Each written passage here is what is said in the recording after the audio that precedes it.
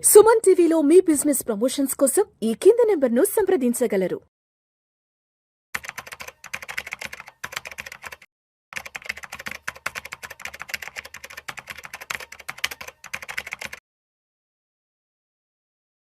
అశోక్ దేవనంపల్లి గారు నమస్తే సార్. నమస్కారం. Welcome to Vishnu talks.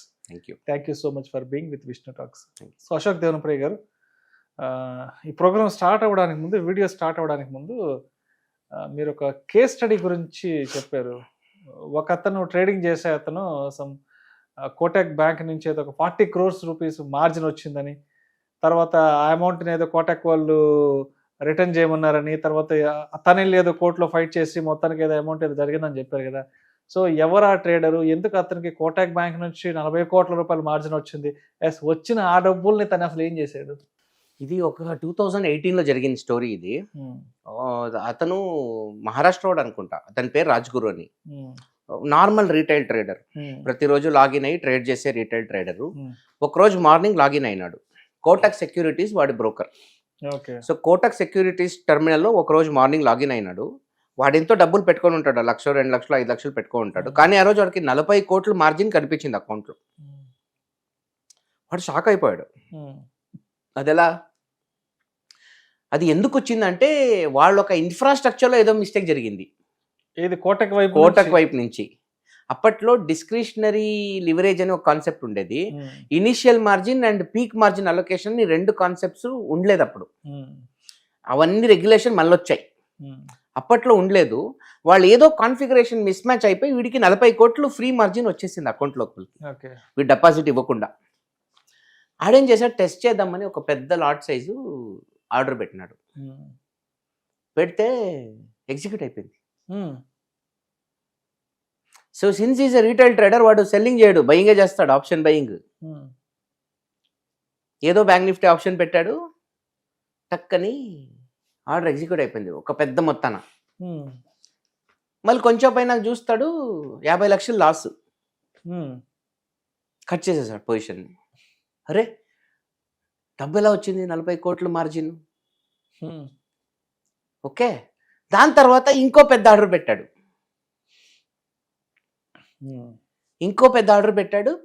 Order పెడితే మళ్ళీ ఇంకో పెద్ద మొత్తాన బిగ్గర్ లాట్ సైజ్, బికాజ్ 40 కోట్ల మార్జిన్ కనిపిస్తూ ఉంది కదా. సో ఆర్డర్ పెట్టాడు. అప్పుడు 2.25 crores ప్రాఫిట్ బుక్ చేసుకున్నాడు. 2.25 crores ప్రాఫిట్, 50 lakhs లాస్ కలిపి ఆ 2 ట్రేడ్లలో 1.75 crores మార్జిన్ వచ్చింది. మళ్ళీ వాడు ఇంకా హ్యాంగ్ ఓవర్లో ఉంటాడు, ఇది ఏంది ఇది, ఈ డబ్బు ఎలా వచ్చింది అని హ్యాంగ్ ఓవర్. అంతలో వాళ్ళకి అక్కడ తెలిసిపోయింది సిస్టమ్స్లో, కోటక్ కూడా తెలిసిపోయింది. ఆ మార్జిన్ బ్లాక్ చేసేసారు. మార్నింగ్ 9 కాలకి వీడికి టక్కని మార్జిన్, ఇవన్నీ ఒక 20 నిమిషాలు జరుగుంటాయి maximum. So end of the day ఆ 40 crore మార్జిన్ వాడికి కనిపించింది. 40 crore మార్జిన్ వాళ్ళు బ్లాక్ చేసేసారు. ఓకే, కానీ ఈ మధ్యలో 2 ఆర్డర్స్ పెట్టాడు, దాదాపు 1.75 crores ప్రాఫిట్ వచ్చింది. వాడు వండుకొని ఈ ప్రాఫిట్ 1.75 crore వచ్చింది కదా, నాకు పేఅవుట్ ఇవ్వండి అని అడిగాడు. కోటక్ వాళ్ళు మేము ఇచ్చేలేదు, ఎందుకంటే ఆ మార్జిన్ డబ్బు మాది. అంతే కదా, ఆబ్వియస్లీ వాళ్ళదే కదా. ఓకే, ఆ మార్జిన్ డబ్బు నీది కాదు, నువ్వు మాకి డిపాజిట్ ఇవ్వలేదు. So it is an opportunity for you and that opportunity came because of us. అందువల్ల we will not give you money, sorry అని చెప్పి రిజెక్ట్ చేసేసారు. వాడు వండుకొని డబ్బు మీరు ఇచ్చింది వాస్తవమే, కానీ నేను అడగలేదు, నేను వచ్చి మిమ్మల్ని అడిగానా, అడగలేదు. నా టాలెంట్ పెట్టి నేను ట్రేడ్ చేసుకున్నా, ఆబ్వియస్లీ. సో ప్రాఫిట్ వచ్చింది, అందువల్ల నాకు డబ్బు కావాలి. వాళ్ళ ఆర్గ్యుమెంట్ ఏంటంటే, సపోజ్ నువ్వు లాస్ చేస్తుంటే, సపోజ్ నువ్వు లాస్ 1.75 crores ప్రాఫిట్ బదులుగా 1.7 లాస్ మేమేం చేసేది, అప్పుడు ఆ లాస్ మేము తీసుకుంటాం, నువ్వేమైనా కట్టగలవా, నువ్వు కట్టగలవా? అది హైపోథెటికల్ సిచ్యువేషన్, అది జరగలేదు కదా. అలాంటి సిచ్యువేషన్ మీరు ఇప్పుడు ఎందుకు ఆలోచిస్తున్నారు? మీరు జరిగిన కథ మాట్లాడండి. నేను ప్రాఫిట్ చేశాను, ఇక్కడ జరిగింది మంచి జరిగింది, ప్రాఫిట్ వచ్చింది, నాకు డబ్బు ఇవ్వండి అని. వాళ్ళు say they rejected, out rightly rejected. తను కోర్టుకు పోయినాడు, నాకు కోటక్ వాళ్ళు మోసం చేస్తున్నా, నాకు డబ్బులు ఇస్తలేదు. కోటక్ వాళ్ళ ఆర్గ్యుమెంట్ ఏంటంటే అదొక టెక్నికల్ గ్లిచ్ వల్ల వాడికి అలొకేషన్ ఇచ్చినాము, అందువల్ల అది మా డబ్బు, సో మా డబ్బులో ప్రాఫిట్ చేశాడు కాబట్టి ఆ డబ్బు మాకే చెందాలి, మేము వాడికి ఇచ్చలేదు. ఆ అది డిఫెన్స్ కౌన్సిల్ చెప్పింది. పబ్లిక్ ప్రాసిక్యూటర్ ఎలా ఆర్గ్యూ చేశాడంటే, ఫస్ట్ ఆఫ్ ఆల్ వాడు మిమ్మల్ని డబ్బు అడగలేదు, వాడు మీ ప్లాట్ఫామ్ లో లాగిన్ చేసి హ్యాక్ చేసి మోసం చేసి ఇంకేదో చేసి ఆ ఒక మార్జిన్ పెరుక్కోలేదు, లీగల్ గా తను కరెక్ట్ ఉన్నాడు, వాడి అకౌంట్ నుంచి చేసుకున్నాడు, వాడి అకౌంట్ లో మార్జిన్ వచ్చింది వాడి అదృష్టం, ట్రేడింగ్ అకౌంట్ లో చేసుకున్నాడు, వాడి ట్రేడింగ్ అకౌంట్ లో వాడు ట్రేడ్ చేసుకున్నాడు, కానీ వాడి ట్రేడింగ్ లో డబ్బేసింది మీరు మీ నిర్లక్ష్యం, మీ అశ్రద్ధ, అది మీ తప్పు. ఓకే, ఇప్పుడు మీ ఆర్గ్యుమెంట్ ఏంటి, మా డబ్బులతో ట్రేడింగ్ చేసుకున్నాడని, దాని మీద లాభాలు వచ్చాయి. ఫస్ట్ ఆఫ్ ఆల్ ట్రేడింగ్ అనేదే కష్టం, మీ డబ్బులతోనే ట్రేడింగ్ చేసి ఉండొచ్చు, కానీ ప్రాఫిట్ చేసింది వాడి టాలెంట్ తోనే. ప్రాఫిట్ చేయడం కష్టం కదా. 99% ట్రేడర్స్ లూజ్ మనీ అని మీరే బ్రోకర్స్ అంటారు. ఇక్కడ ఒక 1% ట్రేడర్ డబ్బులు చేసుకున్నాడు కదా, అక్కడ గెలిచాడు.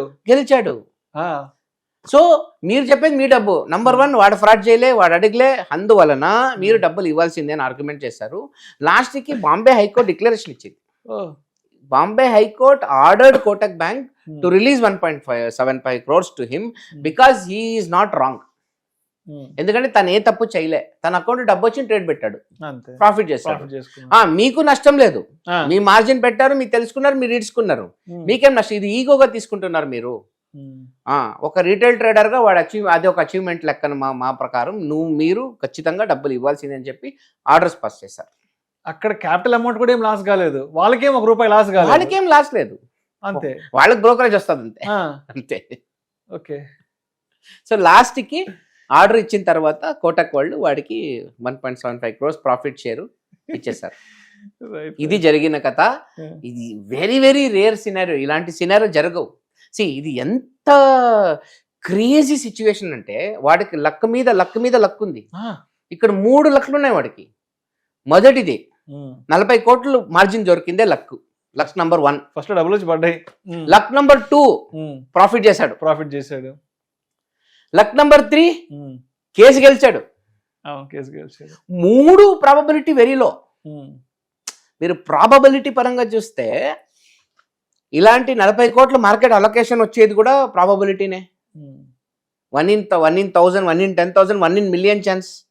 మళ్ళీ ట్రేడింగ్ 1 in 100 మనకు అందరికీ తెలుసు, అక్కడ గెలిచాడు. థర్డ్ కోర్టుకు పోయింది కేసు, కోర్టు కూడా పోయినాడు. So the probability of these kind of things happening is brutally లో. 1 in a million, 1 in 10 million chance. వాడికి అదృష్టం ఉండే, వాడికి యోగం ఉండే, వాడికి పట్టుదల ఉండే. సో లాస్ట్ కి అలాంటి ఒక పెద్ద బ్రోకర్ విరుద్ధంగా కేసు గెలిచి ఆ 1,75,00,000 డబ్బులు తీసుకున్నాడు. చెప్పాలంటే ఇక్కడ వాడిది చాలా స్ట్రాంగ్ మైండ్ సెట్. అంత పెద్ద కోటక్ సెక్యూరిటీస్, కోటక్ బ్రాండ్ తో వాడు ఫైట్ చేయగలిగాడంటే వాడు సైకలాజికల్ గా వాడిది ఎంత స్ట్రాంగ్ మైండ్ సెట్ అయి ఉంటుంది. అరే అంత పెద్ద కంపెనీతో నేను ఫైట్ చేయలేను, వాళ్ళు డబ్బులు అడిగారు, నేను ఇచ్చేసేయాలి, నేను వాళ్ళ మీద కేసు గెలవలేనేమో, ఓడిపోతుంది చిన్నవని వాడు అనుకోలేదు.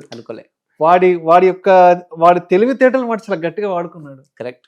So that is trader psychology, good psychology, strong mind set. And సాధారణంగా మనం సినిమాలు చూస్తాము, సినిమాలల్లో ఎమోషన్ ఎప్పుడు హెవీ ఉంటుందంటే ఒక వీక్ పర్సన్ ఒక పెద్ద సంస్థ మీద, ఒక పెద్ద డాన్ మీద గెలిస్తేనే మనకి హైప్ వచ్చేది.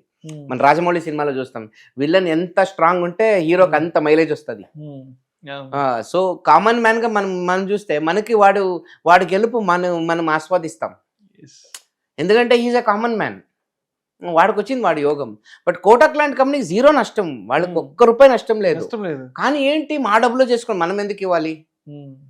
డబ్బు ఉన్న వాళ్ళ ప్రాబ్లం ఏది అంటే మన డబ్బులతో వాళ్ళు ఎందుకు బాగుపడాలన్నది వాళ్ళ ఇంటెన్షన్ అంతే. అక్కడ మన డబ్బు ఉంది, మన డబ్బు కదా. ఎందుకంటే వాళ్ళు సరే నువ్వు చేసావు 50-50 అని కూడా వాళ్ళు అడగలేరు. ఎందుకంటే this is not between 2 individuals.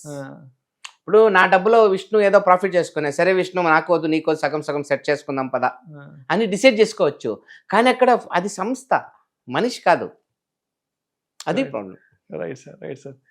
Thank you so much Ashok Devanampriya గారు. నిజంగా ఒక ట్రేడర్ అనేవాడు ఎటువంటి స్ట్రాంగ్ మైండ్ సెట్తో ఉంటే వాడు దేన్నైనా జయించగలడు, దేన్నైనా ఎదిరించగలడు, చెప్పాలంటే స్టాక్ మార్కెట్లో చక్రం తిప్పగలడు.